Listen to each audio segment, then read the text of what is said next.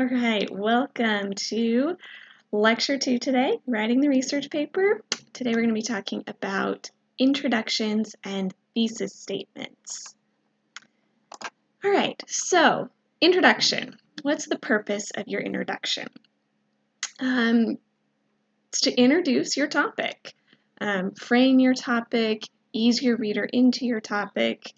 That's all the introduction's doing.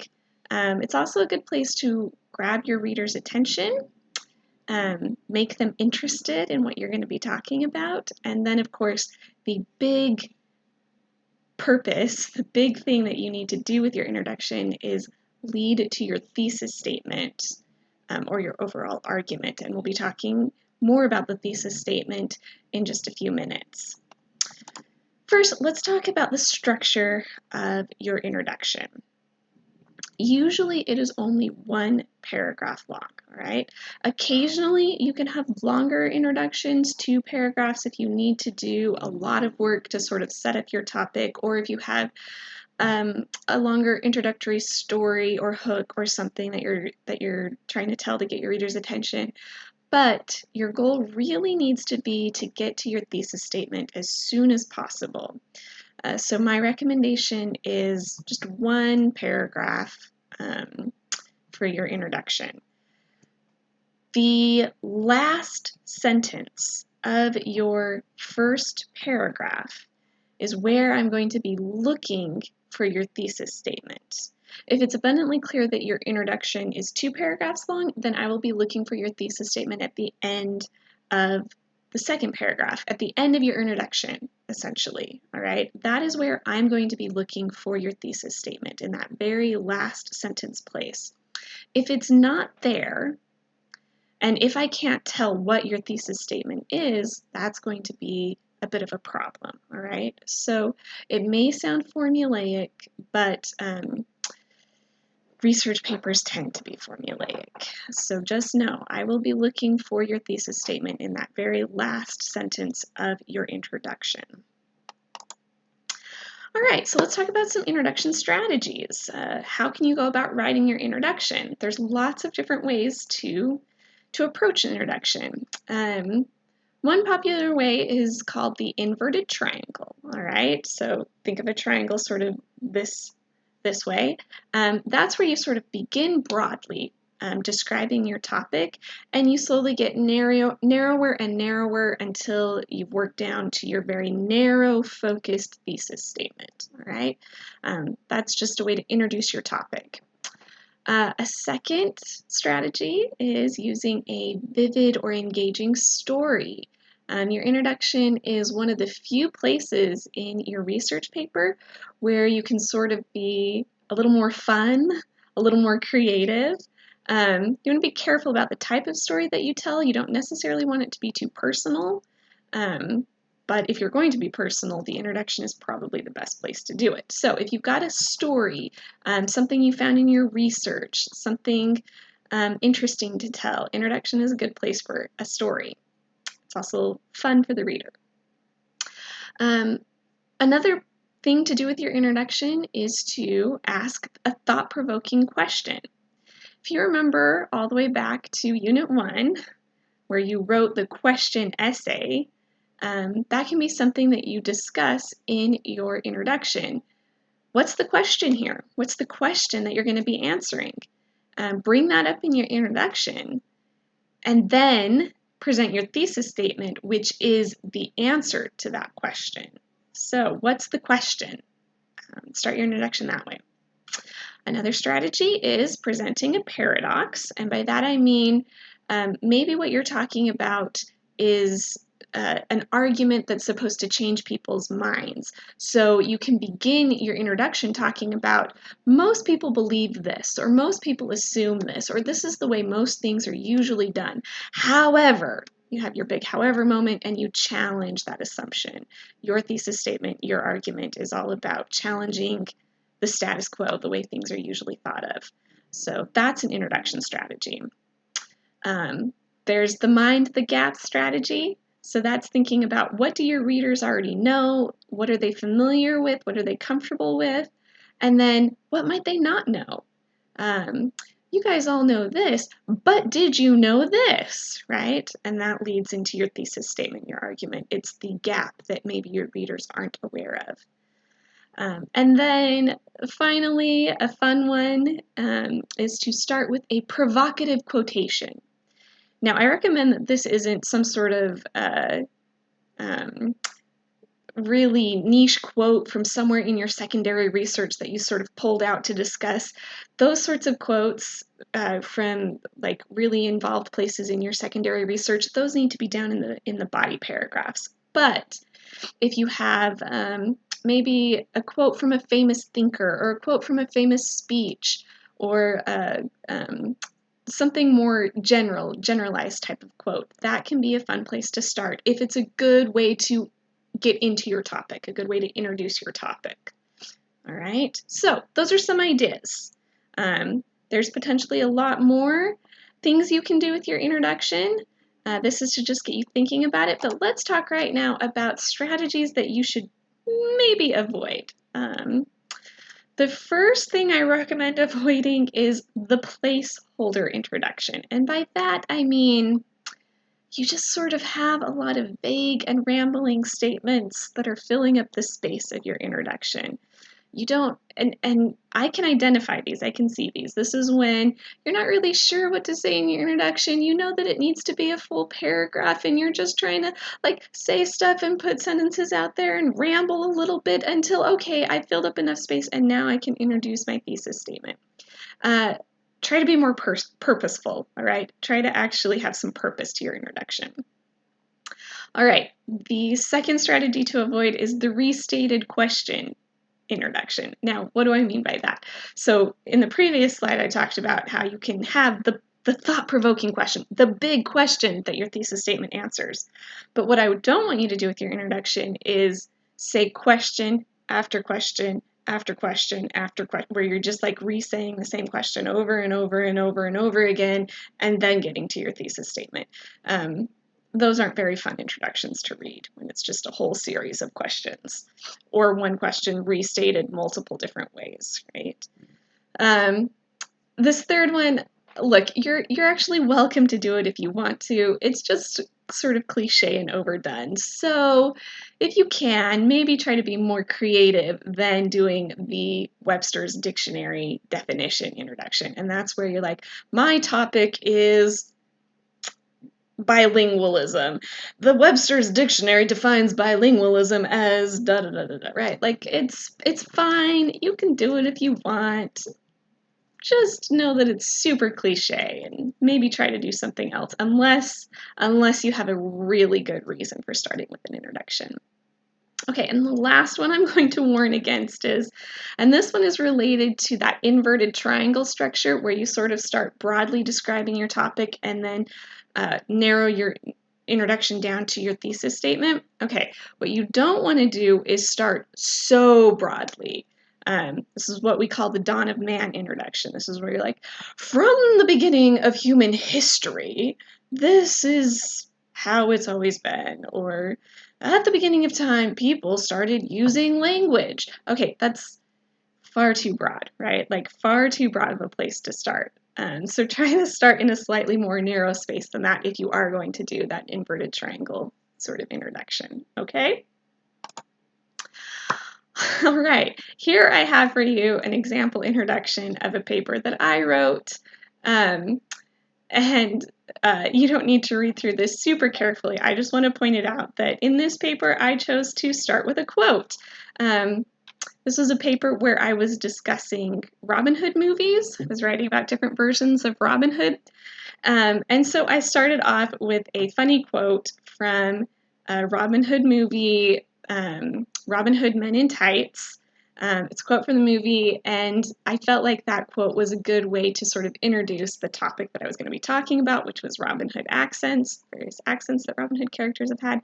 So, started off with a quote, I sort of explain the quote, and then I lead into how it relates to my topic, and then what my thesis statement is there in that last place sentence of this introductory paragraph. All right, just an example for you there.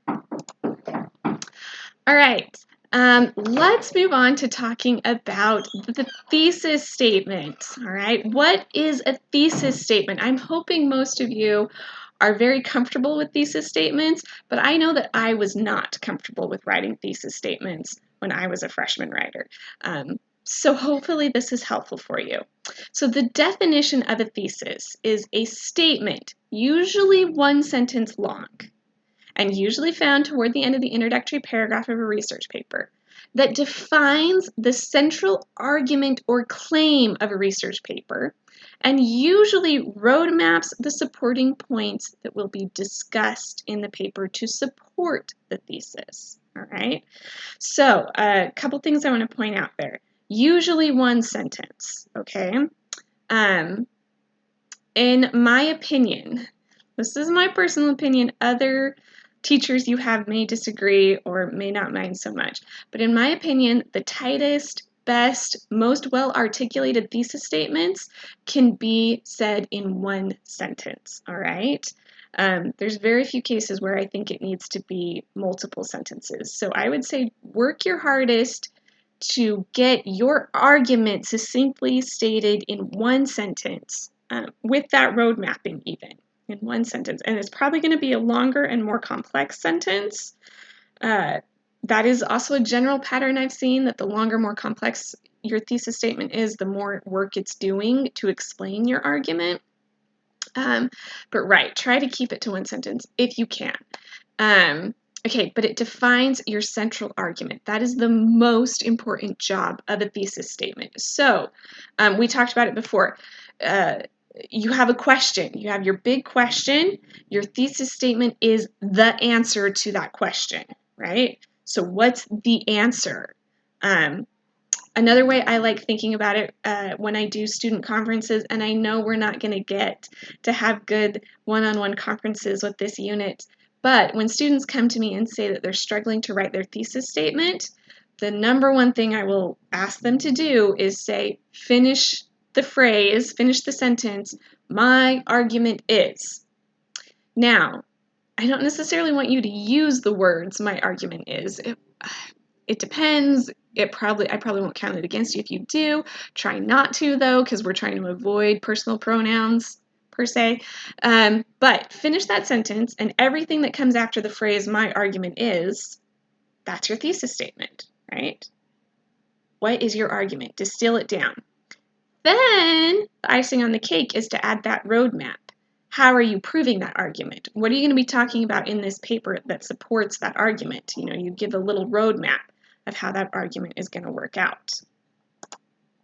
Okay, so what I have here, 5 tests of a solid thesis statement, all right? So these are 5 things to sort of ask yourself about your thesis statement to see if it's a really good quality thesis statement. So the first one, does the thesis present an argument that makes the reader think, wow, that's interesting or significant?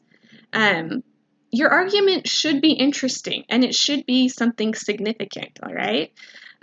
You can have lame arguments. You can have arguments that aren't that interesting, but the really strong thesis statement is going to be that argument that's, wow, that's super interesting. I hadn't thought of that before. That's really significant, right? That's going to be the stronger thesis statement.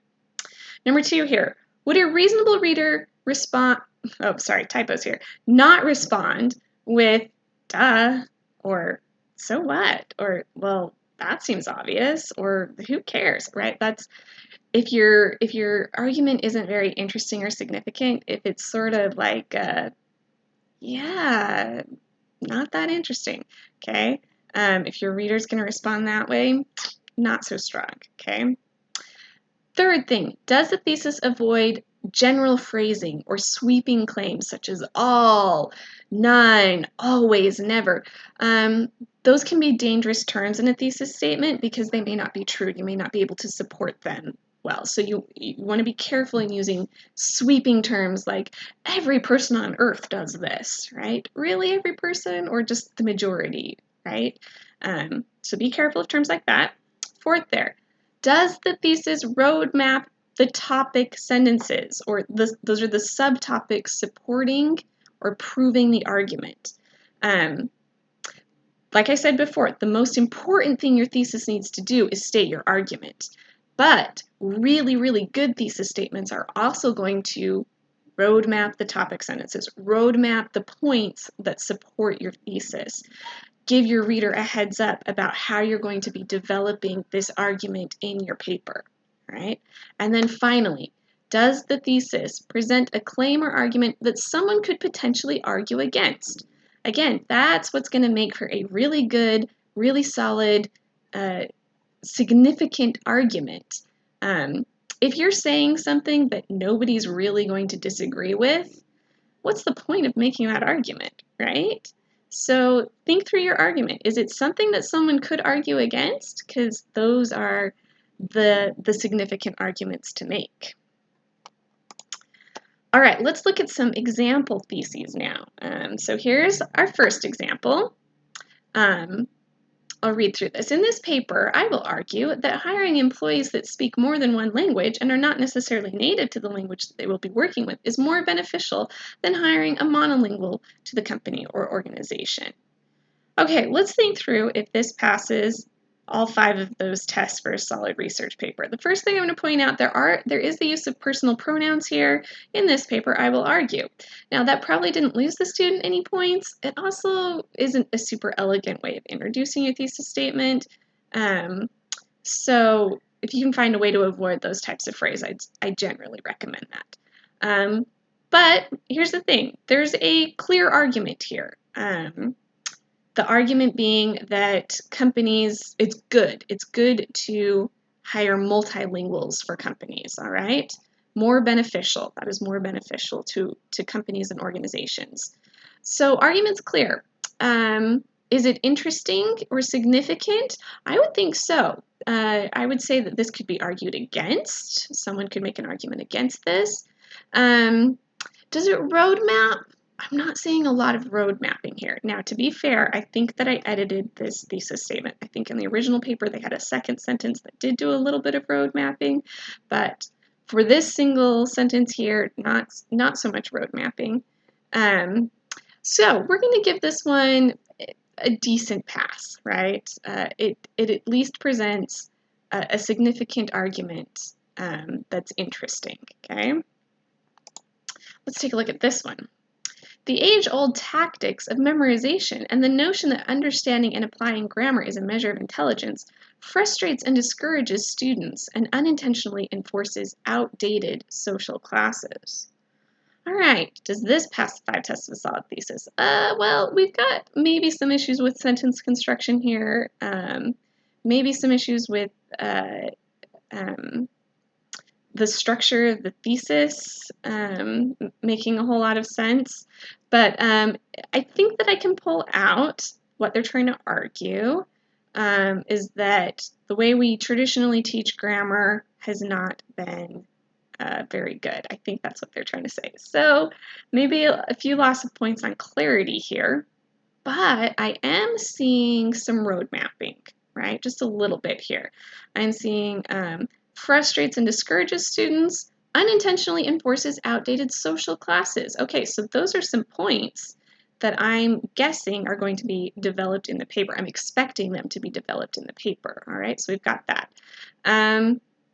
Also, obviously, this is something that could be argued against, and it's potentially significant and interesting, okay? So decent, but the way the sentence is structured is not necessarily super clear, so that is a bit of a problem, all right? Let's take a look at this last example. Many will complain that cursive is a waste of time and money in an educational standpoint because of the development of technology. However, it is important to be knowledgeable about cursive because cursive will still benefit someone due to its deep roots in history and tradition and helping with cognitive skills and development. Okay, I'm going to lodge the same complaint about this one. Not perfect grammar sentence construction going on here. They do have a correct use of a semicolon though, which is great, and a nice use of however. It is a very clear argument. And I think it is significant. I think it could be argued against. I think it is an interesting argument, and it is very clearly road mapped out. I expect this argument to be supported by talking about the roots of cursive in history, talking about the tradition of cursive, and cursive helping with cognitive skills and development. And all of those sound kind of exciting, so I'm interested to see how they support this argument. So, right, pretty good here, pretty good.